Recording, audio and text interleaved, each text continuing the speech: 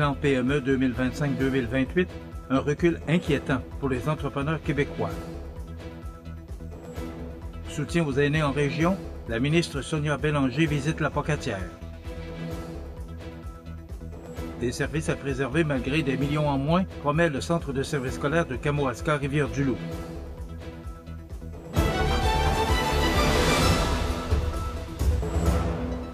Jeudi 26 juin 2025. Bonjour mesdames et messieurs et bienvenue à votre bulletin d'information sur le réseau de télévision CMA TV. Excusez-moi. La Fédération des chambres de commerce du Québec et la Chambre de commerce et d'industrie de la MRC de Montmagny tirent la sonnette d'alarme. En effet, selon leur analyse, le nouveau plan PME 2025-2028, présenté par le ministre Christopher Skeete, n'est pas à la hauteur des attentes ni des besoins criants des petites et moyennes entreprises québécoises. Les deux organismes dénoncent notamment une baisse significative du soutien financier. Le nouveau plan accuse un recul de 6 millions de dollars par rapport au plan québécois en entrepreneuriat 2022-2025, sans ajustement pour l'inflation. Cette diminution survient à un moment particulièrement difficile, alors que les PME font face à des pressions économiques grandissantes. Le plan PME 2025-2028 ne répond ni aux besoins, ni aux attentes prioritaires des PME et entrepreneurs du Québec. C'est un plan axé sur la continuité, avec des moyens financiers réduits. C'est nettement insuffisant, a déclaré Véronique Proulx, présidente directrice générale de la Fédération. Les défis actuels sont nombreux. Menaces de tarifs douaniers, menaces de tarifs douaniers américains, hausse de l'inflation et des tarifs d'électricité, restrictions sur le recours aux travailleurs étrangers temporaires et fardeaux réglementaires toujours plus lourds. Face à ce contexte, la Fédération et la Chambre de commerce locale estiment que le gouvernement devrait redoubler d'efforts et non réduire son soutien. Le plan ne prévoit aucune mesure d'allègement fiscal et ignore plusieurs recommandations concrètes formulées par les chambres de commerce telles que la nomination d'un sous-ministre exclusivement dédié aux PME, l'assouplissement des nouvelles obligations en santé et sécurité au travail, un moratoire sur les restrictions du programme des travailleurs étrangers temporaires, une bonification de la déduction fiscale pour petites entreprises, la mise en place de garanties de prêts pour le transfert d'entreprise, l'exonération des premières tranches de masse salariale pour le Fonds des services de santé. Autre oubli notable, puisqu'aucune mesure n'est proposée pour compenser les coûts liés à la mise en œuvre de la loi 25 sur la protection des renseignements personnels, alors que les PME doivent y consacrer d'importantes ressources. Et certaines initiatives reçoivent toutefois un accueil favorable, comme la création des espaces PME Innovation, le renforcement du soutien au repreneuriat via la refonte de Repreneuriat Québec et le lancement du campus de repreneuriat. Mais pour Jean-François Ritt, président de la Chambre de commerce manimontoise, le message est clair. Nos entreprises ne demandent pas la charité, elles demandent des outils pour avancer.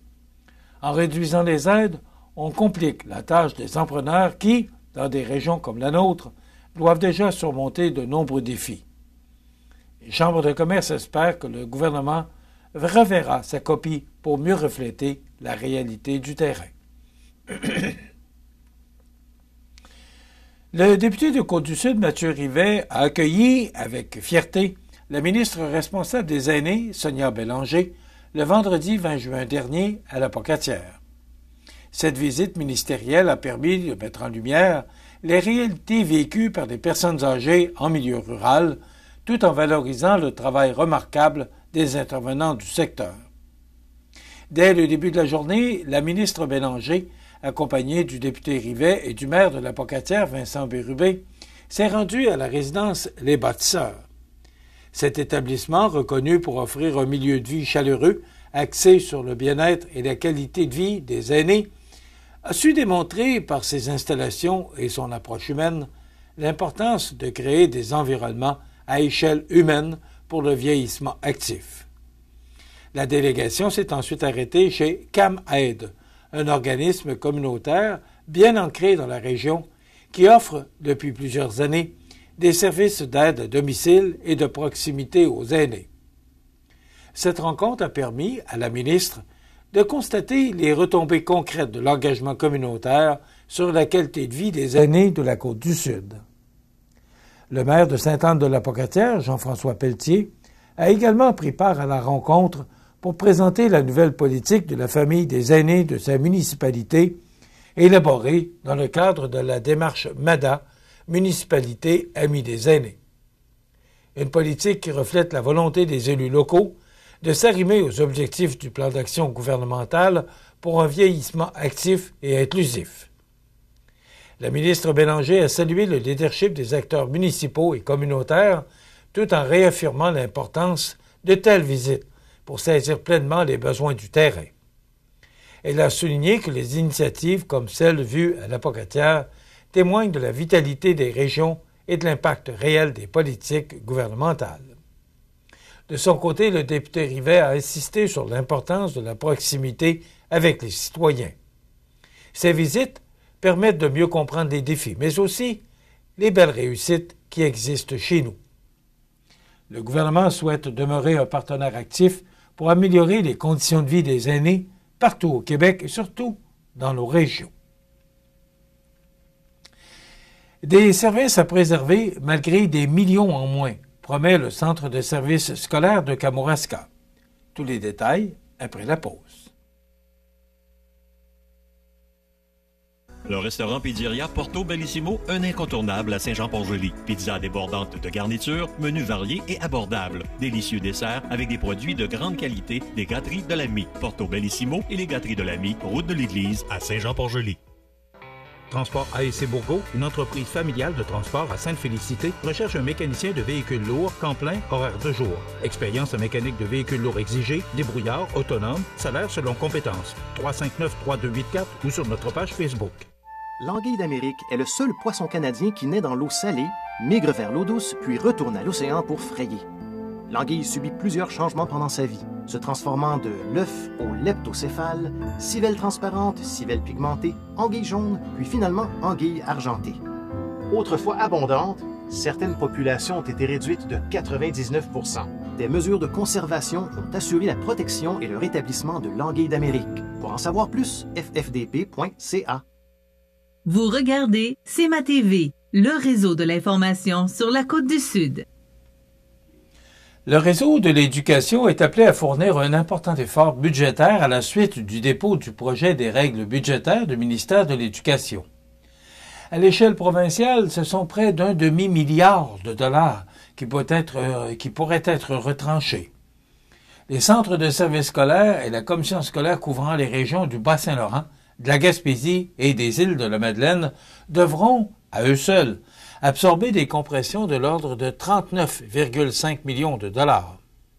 Ce montant pourrait même être réévalué à la hausse puisqu'il ne tient pas compte de l'indexation des coûts de système pour des dépenses non salariales. Face à cette situation, les centres de services scolaires de la région ont amorcé une analyse rigoureuse des nouveaux paramètres transmis par Québec. L'objectif est clair, soit celui d'évaluer, de manière responsable et concertée, les impacts réels sur l'organisation des services administratifs et éducatifs. Au Centre de services scolaires de Kamouraska-Rivière-du-Loup, la direction évoque un défi de taille. Le directeur général, Antoine Derry, indique que son organisation devra assumer un effort budgétaire pouvant dépasser les 7 millions de dollars, un niveau nettement supérieur à ce qu'elle a connu dans les dernières années. Des analyses sont en cours afin de limiter les répercussions sur les services offerts aux élèves. M. Derry souligne néanmoins que les résultats scolaires des élèves sont en progression constante et que la situation financière du centre est saine. Il précise également qu'aucune modification au plan d'effectifs n'est prévue pour la rentrée 2025-2026, ce qui signifie qu'il n'y aura pas de réduction des ressources humaines dans les médias. Les prochaines semaines permettront d'y voir plus clair quant aux orientations qui seront adoptées pour relever ce défi sans compromettre les qualités des services éducatifs. Excusez-moi. C'est le 18 juin dernier que se tenait la collecte de sang organisé par le syndicat des pompiers de Montmagny-Cap-Saint-Ignace. Le résultat final officiel a été de 145 dons sur un objectif de 150, lesquels peuvent sauver jusqu'à 435 vraies vies, selon Emma Québec. Au-delà du résultat, il y a des statistiques tout aussi importantes qui nous ont été livrées par l'organisme, dont 8 personnes qui ont effectué leur toute première inscription auprès d'Emma Québec. Les temps de processus ont été vraiment excellents, soit de 17 à 49 minutes. Les participants de la collecte étaient âgés entre 18 et 83 ans, dont 11 personnes âgées de 18 à 25 ans. 15 personnes y allaient pour une deuxième et troisième fois à vie, et 25 personnes avaient effectué leurs dons aux collectes de sang magny-montoises précédentes. Soulignons qu'une personne faisait un retour en collecte depuis 2004 et que l'un des participants à cette collecte des pompiers effectuait son 141e don à vie, quand même. Les prochaines collectes de sang dans la région sont prévues le 20 août prochain et sera organisée par les Chevaliers de Colomb et le 23 octobre par la Caisse de la MRC de Montmagny, toutes deux ayant lieu à l'espace citoyen de Montmagny.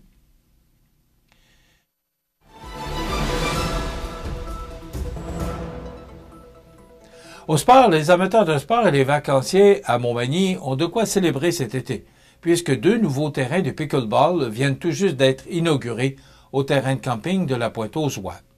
Ce projet, réalisé en collaboration avec l'équipe des travaux publics et des infrastructures de la ville de Montmagny, s'inscrit dans une volonté claire d'offrir des installations modernes et adaptées aux besoins actuels des visiteurs.